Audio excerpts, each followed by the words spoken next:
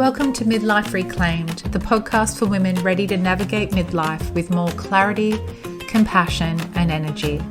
I'm Shannon A. Swales, psychologist, writer, doggy mama, and midlife woman walking this path alongside you.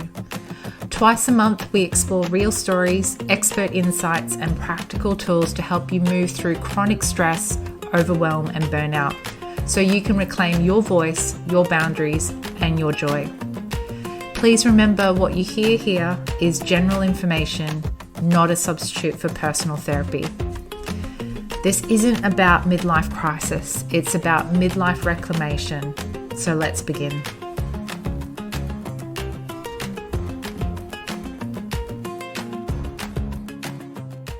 Hi there, I'm Shannon A. Swales, your podcast host. Thank you so much for joining me. Whether this is your first time or you've tuned in before, thank you very much for being here.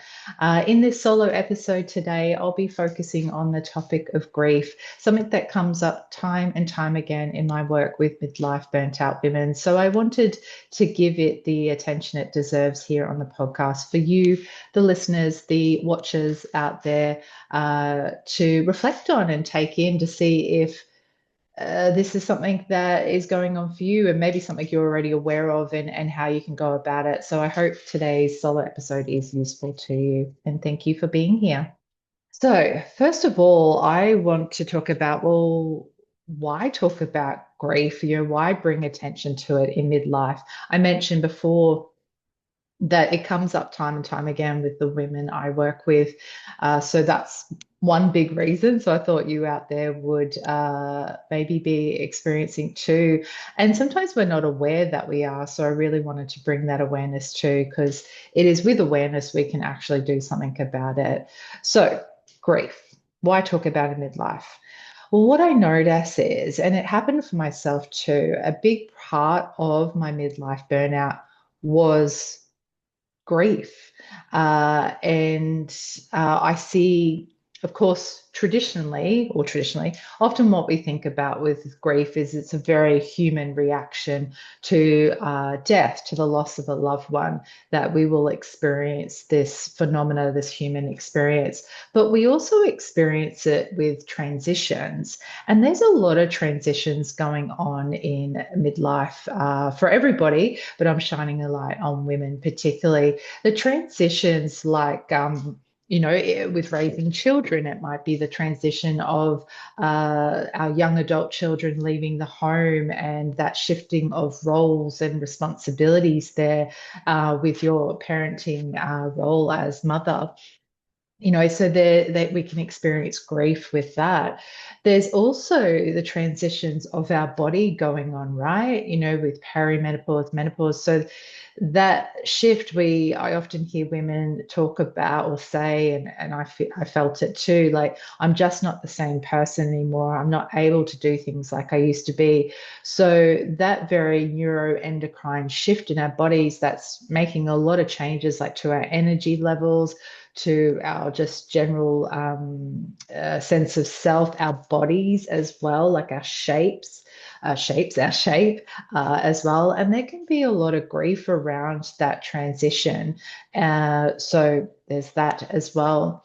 Am I forgetting something else? There's many others that I'm probably forgetting. There can be, transitions at work as well with career. Some people are shifting careers at this stage of life because the old one no longer fits, or maybe there's redundancy, or their industry is no longer viable, or whatever it might be. There can be some vulnerability there, and grief and loss of work identity as well. And there's also, often in this period of time, chronic illnesses, or certainly, if it hasn't happened already, it's likely that loved ones, might become ill and pass away. So our elderly parents, or our friends, or family members. So there is that transition, but I suppose transition of I'm trying to think of a generation, that is, want for a better phrase, dying off, and what that leaves for you, and then fellow friends and family of the same age, and what that means to you. So there's a lot that can create that grief, and that is why I wanted to bring it to your attention here on the pod. Now, what do I mean by grief? I just want to take a moment to actually define it, because I know there's a lot of information out there, and it's really important to get that clear information about, what is grief when we talk about. There's a couple of things I want to mention here, but one is there is grief that we experience when that event that's triggered it has occurred, whether that is death or whether that is a shift, those transitions I mentioned earlier. So they have occurred. We have what is called a very human response, because grief is a natural occurring event that we are capable of as humans. But there's also what we call anticipatory grief. And this was something I came to actually know, not through my psychology work, interesting enough, but it was through my own experience of a loss of a loved one. My dear Cassie, my first dog, who made me a doggy mama, who passed away at 18 and a half through assisted dying process. And so we knew it was coming. And I say we because my husband and I. And so there was a lot of grief leading up to that. And also noticing, even before knowing that we were going to assist her passing, it was the year before of just her slowing down, the increasing in her pain and lack of quality of life, because that had been going on for some time. So anticipatory grief. So grief doesn't just happen after the fact. It can happen when we are knowing something that will trigger that, or brings about grief is happening. So there's that.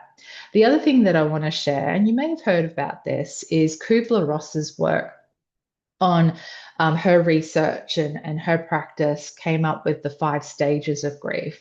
Now, I want to be really clear, and I believe it was her intent too, that it wasn't stages like it's going to happen in this linear process, but that usually in this process of grief, we can go through these sort of 5 processes. And some of us might not go through all 5. We might spend, go in and out of one of them. It's again not a linear process, but it's something to be aware of. So I want to share this information with you. So part of grief, so that umbrella grief, just imagine 5 little dangly things. So one of us is that we can experience denial. We don't want to face it. Like, one of the things our mind is designed to do to protect us with something we feel threatened by, which that thing we're feeling grief over, we can want to deny that and just push it all down. So that's a protective response, not a very helpful one, but it is a very natural human response. So one of the processes of grief is denial, and recognizing that is really important. No need to judge, just being curious that, oh, okay, I'm in denial. And I've seen that in my clients, and they've been able to see it in themselves. There's also, and very normal, again, these are human responses, we can feel quite depressed. And I can tell you, and yeah, I was functioning. I was functionally depressed, but certainly with the pending loss of my girl Cassie, yeah, I would say my mood was pretty low, functioning but low. And so depression is a very normal process of grief to feel. Other ones is bargaining. And I did have a little bit of this. I did experience with, and I experienced this in my transition with, I think I did. Like, I felt some grief around, I suppose, the experience of burnout and not being able to be the clinician I wanted to, or felt that I should be back then. And, some bargaining with myself. If I just do this, then I'll be able to. Bargaining is basically we know we're in bargaining if we're noticing thoughts or we're saying out loud, if only, if only. And this one comes up a lot with the death one, but I think it also, I know it comes up in the transition ones too. Like if only I had more time to spend with my kids, if only I worked less so I could really, get that time with them, but now they're leaving the home. So bargaining is a very normal human response because again, that separation is happening and we're feeling that anticipatory or that, afterwards grief. And so of course we're wanting to get that back. I want, I want that loved one back, or I want that experience again, or I want that 20-year-old body that I had, if only I worked harder or some crap like that. And I say crap because sometimes, it's just not possible. We can't rewrite the past. We can't rewrite what's happening. Yeah, but it's understandable. Again, very human response because grief is human. So bargaining. So we've got, what have we got? Depression, we've got grief, sorry, bargaining, and we've got denial. Now, I always forget something when I'm doing sequence things. So, and I'll perimenopause is here too. So brain fog is real. It's not as bad these days, but it does. My memory is not what it used to be. I don't feel any sadness around that, but it is. There is the acceptance part. So this is where, and a lot of people think about like we arrive to this place of acceptance, but really we actually go in and out of it, dip in and out of it. There's times where in that grief we come to an acceptance, like it is what it is, like that my children are leaving the home, or I'm shifting work roles, or I'm no longer, working as a psychologist, like there's a moment of acceptance. And this doesn't have to be liking it, it's more just acknowledging the reality that it does exist, so we're not denying, we're not in that depression about it, but there's this glimpse of acceptance. And I should say too, sometimes there can be a little bit of flavor of a couple of them together, but we can have these moments of acceptance. And often eventually as we move forward and our life gets bigger, like since Cassie's passing about, I think it's almost 8 years ago now, 2017, that my life has continued to grow and move on. I still feel, that I always think of grief like sort of in the middle, and my life has grown and expanded. So the circle of life has grown out. That, that, and I forgot where I was going with that, and that's another perimenopausal thing. But like it just, the relationship grief changes a little bit, but it's still there. So we've got acceptance. We've got denial, we've got bargaining, we've got depression. Oh, now I remember the other one. It sounds, it's interesting that I forgot this one. Anger. And I think that's funny that I forgot that one because anger is an emotion that often us women have been socialized to suppress, particularly in the Gen X and beyond, and probably late millennials era. But I think maybe even for the younger women too, that, seen, not heard, that, if you speak up, you're a crazy woman. So anger's not been an emotion we've felt comfortable with. And certainly, if we've been the receiving of abusive or toxic related anger, it can really lead us to suppress that. But in grief, anger is a very normal human response, that we can get angry with ourselves, with others, and the world.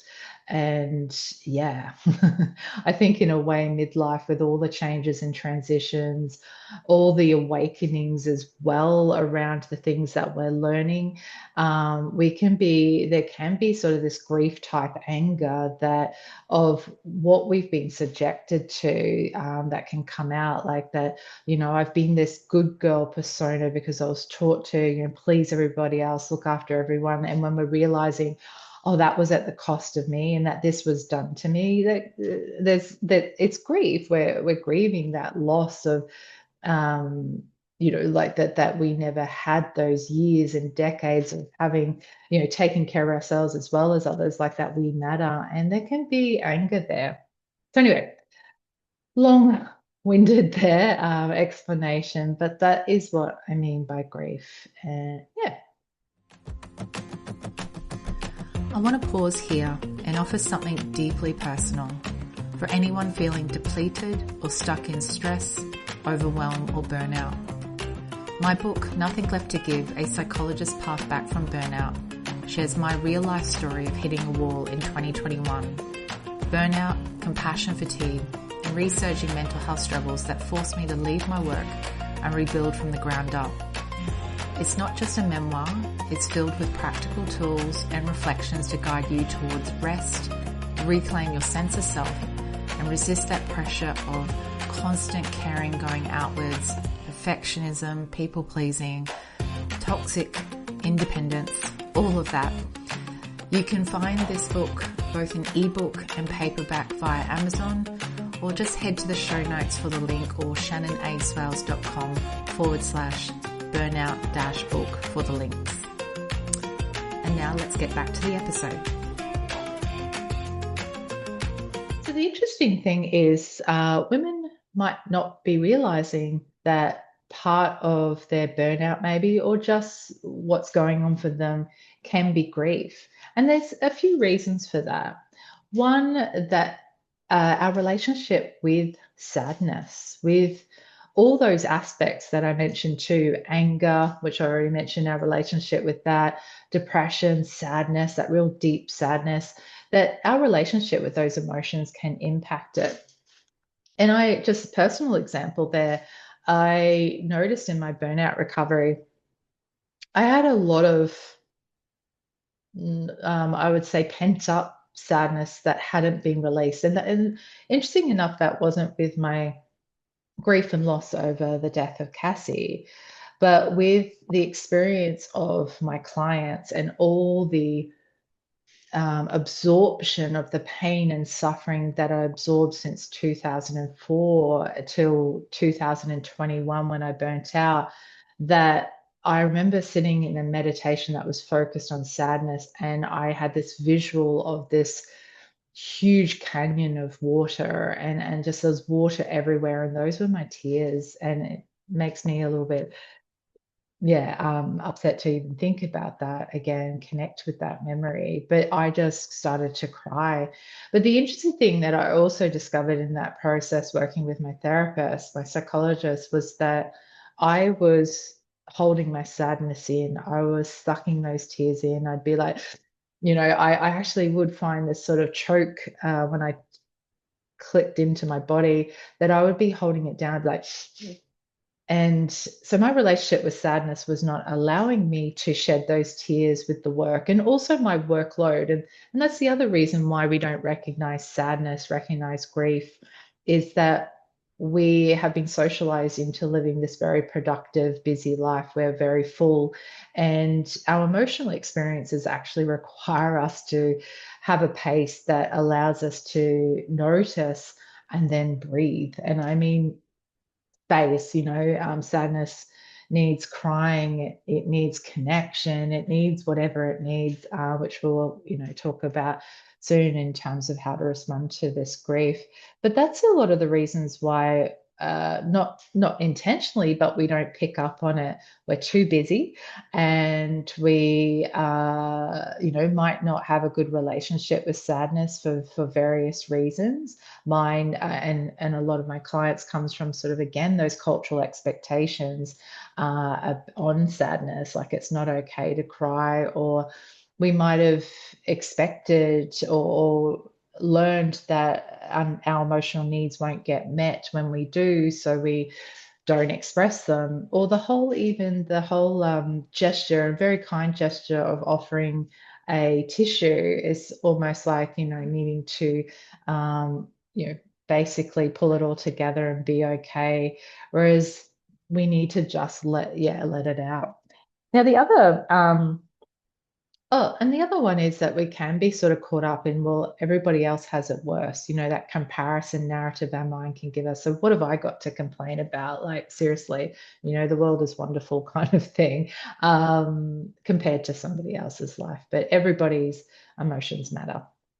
And the tricky thing too is that grief may not show up, like we may not have the language for it. We may not be actually cognizant that this is grief, this is sadness. And again, I hope that, me sharing today will help with connecting whether it is for you or not. But that's often why it goes missed too, that we don't have the language to label it. And it might be coming up as it does. More through the body, like and sometimes behavior too. We might feel like in the body a sense of real heaviness, like we're holding a lot, which can be coming up in that musculoskeletal tension too, but like a real sort of heaviness and that low motivation to keep moving forward. It can also come out as sort of snappy because of that, load that we're carrying emotionally, that we can be quick to react to others that might impact or add to our load, so to say, or that not necessarily consciously, but we wish that they could see that we're not okay. So there can be, lots of things that are getting in the way of recognizing. And also, we often haven't been taught to connect with our bodies, with our emotions as well through the body in that way. So we might miss cues or not know that, well, that heaviness can actually be sadness, can actually be grief. So we don't label it as such. We tend to be more cerebral creatures due to environmental socialization. We tend to think and analyze and problem solve, but often our emotional experiences like grief require us to be more body aware. So we can know those cues and also be able to know that this is grief. And that could be really tricky and really, really hard. I know even as a psychologist, with all the information I have, that I still find sometimes to label what I'm feeling is, grief or because there's so many sort of crossovers as well. Like, for example, anxiety and excitement. There's some similar physiological body things. So, is this anxiety or is this excitement? Sometimes it's really clear that's anxiety because your thoughts are all focused on worst case scenario or fear of judgment. So it's quite clear it's anxiety, but other times it may not be so clear. And it could be actually excitement for the event or the thing that you're doing, but you think it might be anxiety. Anyway, there's that.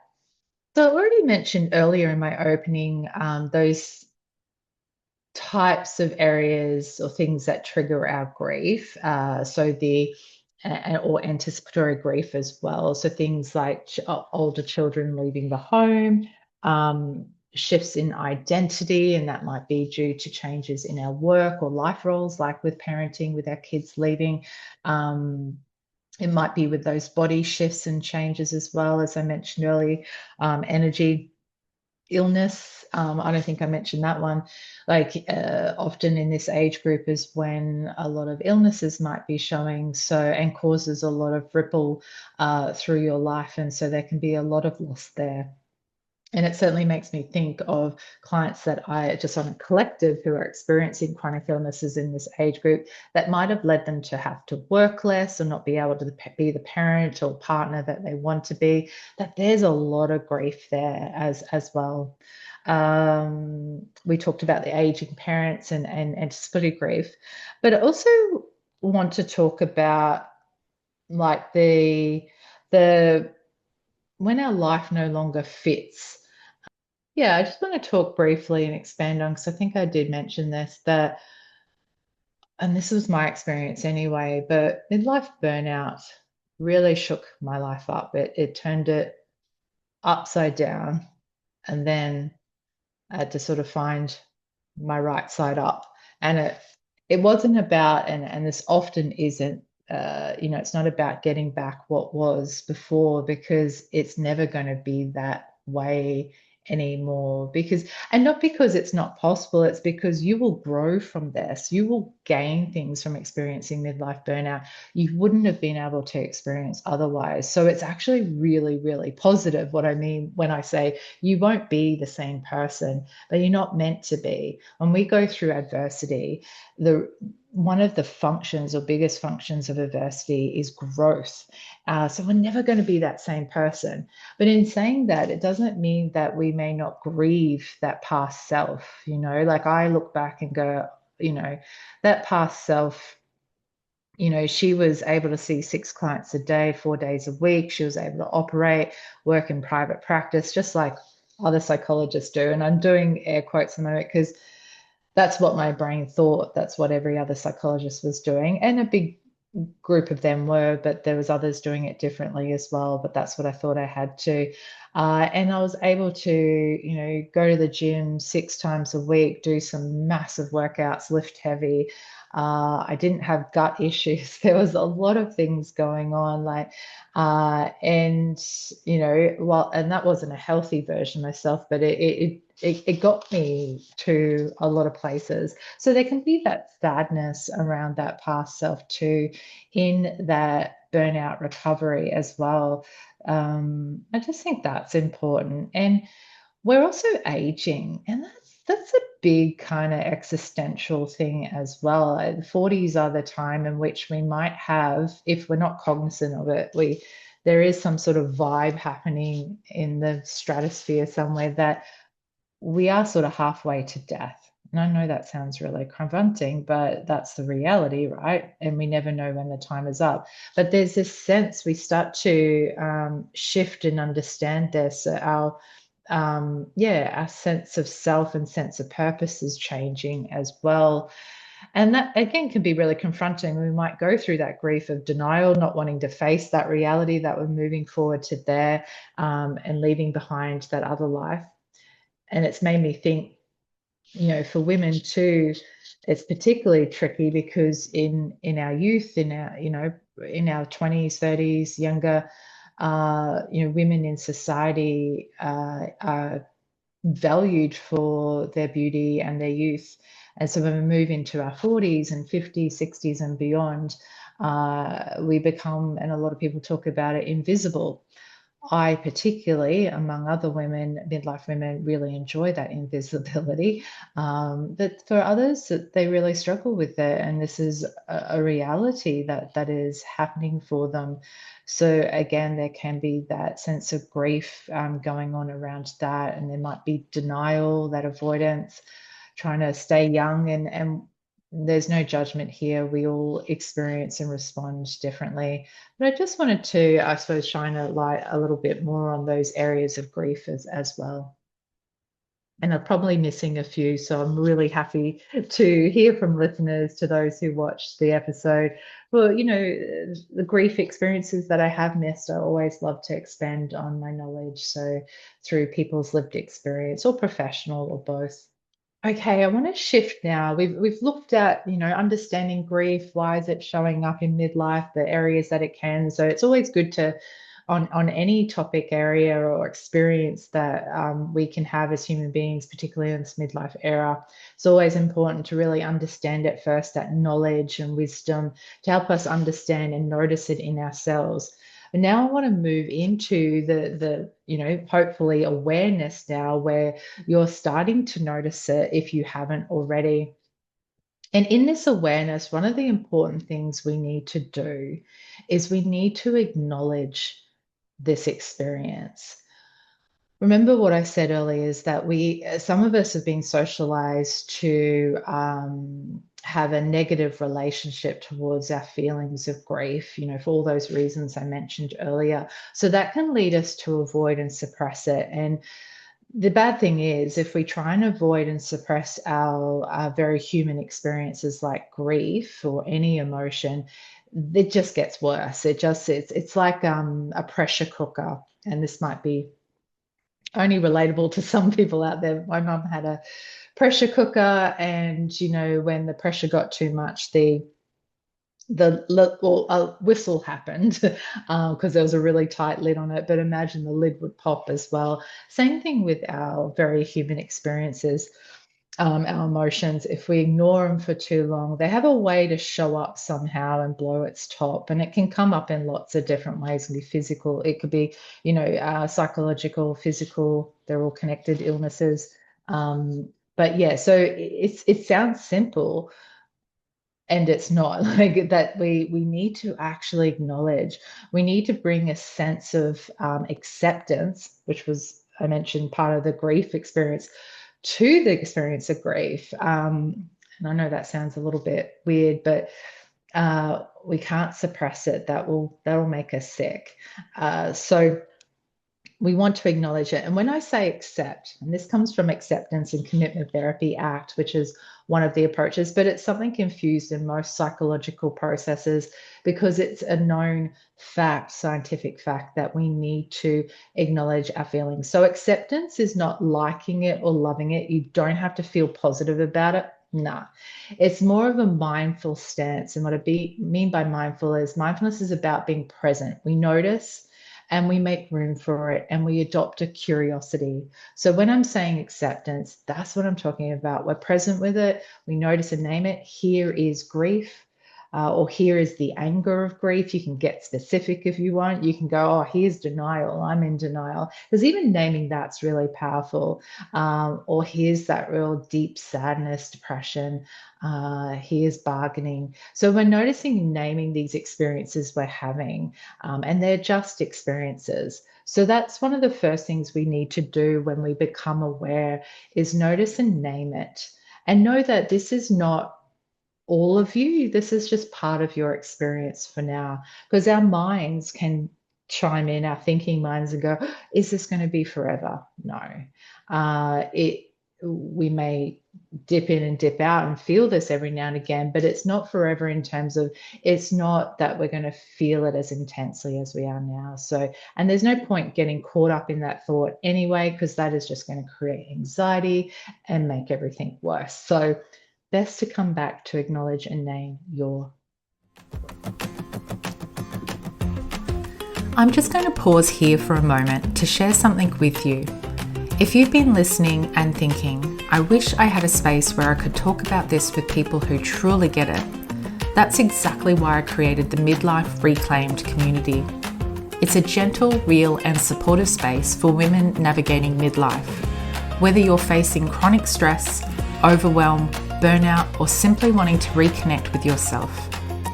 We meet for live, weekly support circles, share reflective prompts, and learn together so you can feel seen, heard, and supported as you reclaim what matters most. You don't have to figure it all out alone. Visit shannonaswales.com/midlife-reclaimed-community to join us. Now let's get back to the episode.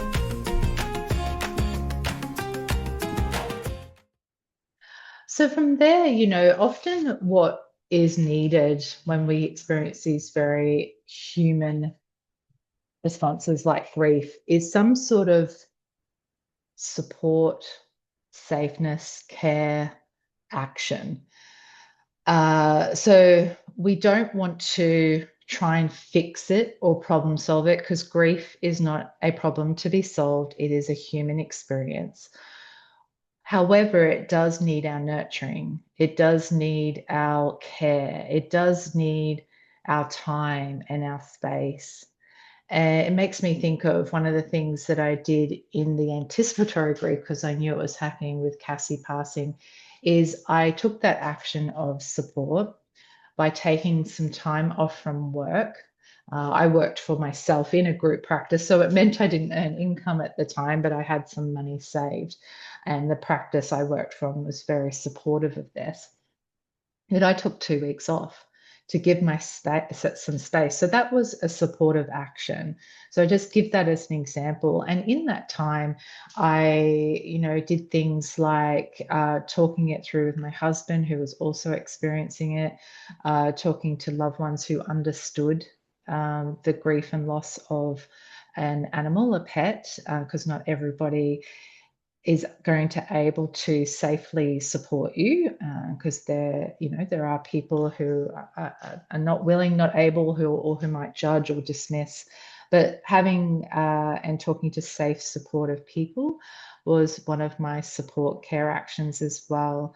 There's many things that can be actions of support and care, or what we in compassion focused therapy call safeness. And safeness is just about any action that helps you connect and regulate through soothing, through befriending, connecting. It's what helps us be able to tend to those really difficult grief-inducing times. So the list can be long, but I think the important question is asking what would be supportive. And just coming back to what I mentioned earlier, often what we will do in reaction to that grief, particularly if we have we're busy or we've got a poor relationship with sadness, suppression I mentioned earlier, we might treat it as a threat. So we've got to do anything and everything to get rid of it. So we might turn to alcohol or food or keeping busy at work or with the children or whatever to avoid having to experience it. And whilst this is our way of coping, it's coming from more of that threat response, and more that I've got to fix this, either I've got to push through it or I've got to flee from it. That's our fight flight response with anything we find threatening. But what we want to do is activate more of our biological soothing system, which is through these steps of one, notice and name. It's okay to feel this. You're human. It's a very human reaction. And with that wisdom that you've gained today or had already around grief, you can pick that up, notice it show up in your body, in your mind, in your hearts and soul. And then you can choose those actions as support. It might be a day off. It might be call a friend or family who get it, or joining a support group. Or I know another thing that I did, and I mentioned it earlier, meditation. I chose to sit with my sadness, but through a guided uh, meditator, to help me stay connected with it in a safe way. So, be able to sit with it, but be able to be guided to breathe through it, to normalize it, to help me notice and name it. So, meditation can be really helpful. Another supportive action that I took through my burnout recovery and processing there was a lot of identity shifts, and because psychologist was my title and my identity, and I was no longer working in it and I was questioning it. So there was a lot of sadness around, well, who am I and what am I going to be? And sadness around letting others down. And so there was a lot. And I would journal quite frequently as a way to acknowledge those feelings, but also to process through writing them down. Writing can be quite therapeutic in terms of it's a movement and sort of science around that. When we write expressively what we're feeling, how that could be useful. And mindfulness was also a really supportive thing too, because it helped me continue to be present and curious rather than judgmental. Although those thoughts were definitely there, judging my experiences, like, what have I got to be sad for? Or, and things like that. But, it helped me to stay present and to let go of judgment. So there's a lot of safeness actions, a lot of supportive and care. But the thing is, what would be something caregiving for me right now? And it might even be, who is caregiving towards me that I can go to, or where do I feel care? Like that might be with your animals, that might be, I mentioned people before, but it might be a favorite place that you go to. It might be nature. Let yourself sit there. It might be a book, a movie that you've watched before that really helps you connect with your grief, but also process it, feel supported. So yeah. Anyway, hopefully that's giving you some ideas how you can support yourself wherever that grief is coming from, because it doesn't matter where it's coming from. It's still the same processes to meet it. And I should say, I missed one really important thing, and it's really the essence of that care and support and safeness is that we treat ourselves we are like we do our best friend. So, what I'm talking about here is self compassion. That the essence here really is that your grief needs you to be the best friend. And there's part of you that's grieving, but there's part of you, and if you haven't yet or find it hard to develop any of these skills that I've mentioned, that's what I work on, but plenty of other people as well. And there's lots of books out there to cultivate these skills, because you're going to need your compassionate self. You're going to need that inner best friend who says, I've got you back. I'm here. No matter what, whatever you experience is okay. Go gently with yourself. I'm here. I'll help you. I'll support you as best I can, but you're doing good enough. The compassionate self is empowering. She's wise. She knows that this is normal. She knows that this is tough, but she's there and she'll show up. So yeah, and for some of us, that compassionate self doesn't exist yet, or she's very, very small. But that is something that we can develop. And there's a really lovely thing that I always like to share with my clients starting off on their journey of self-compassion, or maybe they've dabbled in it a little bit but find it difficult, is the hand on heart. That, when you're in the monks of your grief, whether it's denial, anger, whatever, that, to hand on heart and feeling the warmth and I like the two hands, the connection there of weight, of and that warmth and that weight being those care actions of soothing, going into from your hands, your compassionate hands, into your body, your mind, your soul, making room for and space for what you feel, not asking you to get rid of it or fix it, but just to help you be there. Like, this gesture is your compassionate self going, I'm here. I'm not going away. This is tough. This is hard. So the compassionate hand exercise is a really great one, that you can use to tap into self-compassion. And another one is just even breath. The really gentle breathing of, breathing in for 3 or 4 seconds and breathing out for 3 or 4, and just that rhythm with the essence of your breath being that compassionate friend, and just gently caressing you as you go through this wave of grief. Again, it's just there to meet you, to provide support. It's not to fix, not to get rid of, just to, yeah, help you. So there's so many ways, but I just wanted to mention self-compassion is really important. I suppose as a parting thought, and I ask my guests when I interview guests, what they want the listener who might be really connecting with what I'm sharing today take away. If there's one thing, I'm asking myself that question now, and I'm sitting there with, I suppose, first and foremost, it's okay that you're feeling these feelings. I know it won't feel okay. They can feel overwhelming at times, but know that you will be okay. Your body, your mind, your soul is capable of holding this. It may not feel that way, but it is. We're pretty amazing as human beings in what we can handle. So I suppose I want to share that with you. You can. And I'm not just saying that from, a scientist, psychologist, that I'm saying that from lived experience. I remember just feeling so overwhelmed with how was I going to live life without my dog, Cassie, and how the hell was I going to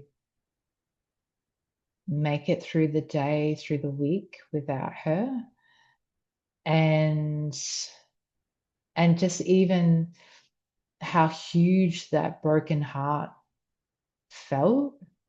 Like, I'd never experienced grief before, so I had no idea what a soul, body, and heart could do. And mine will be forever scarred. I don't even see it as scar anymore in my heart. I used to see it as that, as a bit of a black hole broken at one stage.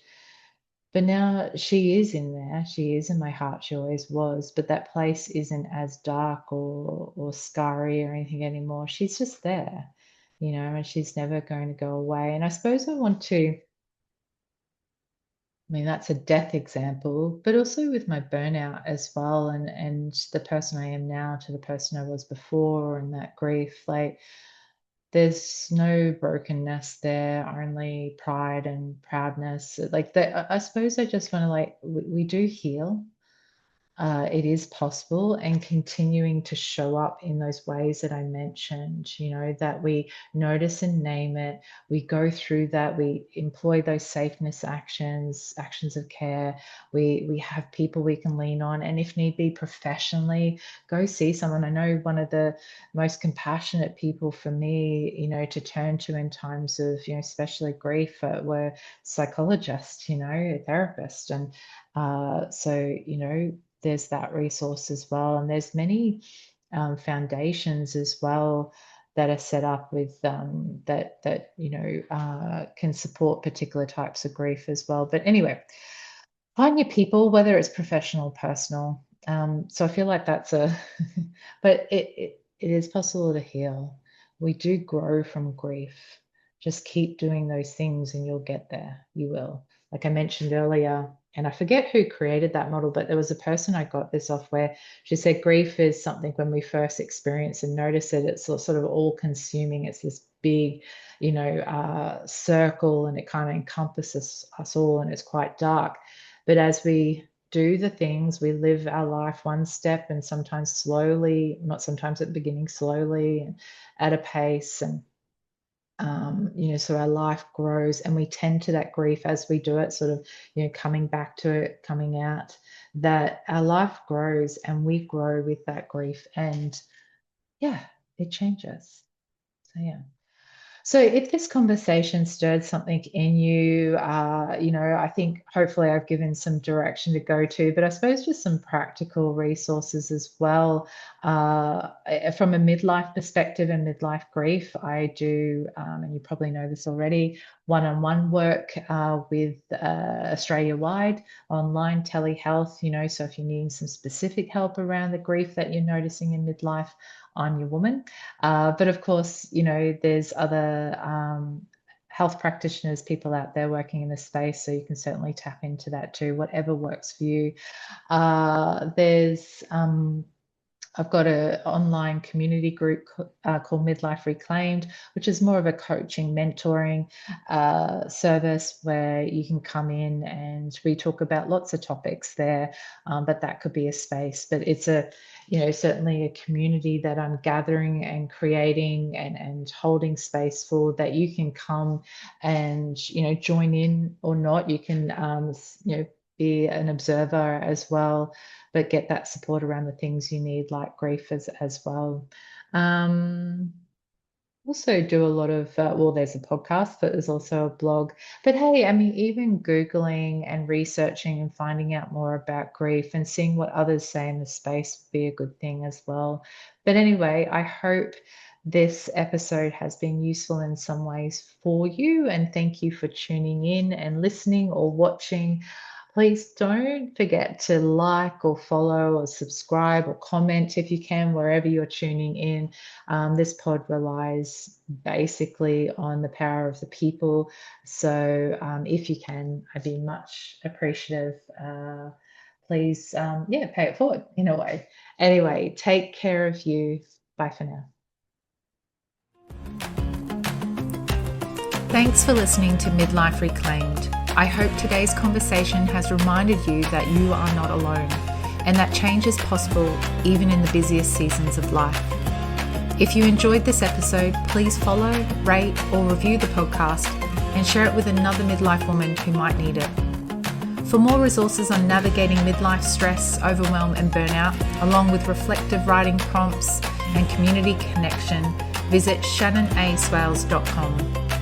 You can also watch full episodes on YouTube at Midlife Reclaimed. Remember, you have permission to slow down, to rest, and to reclaim what matters most. See you again soon.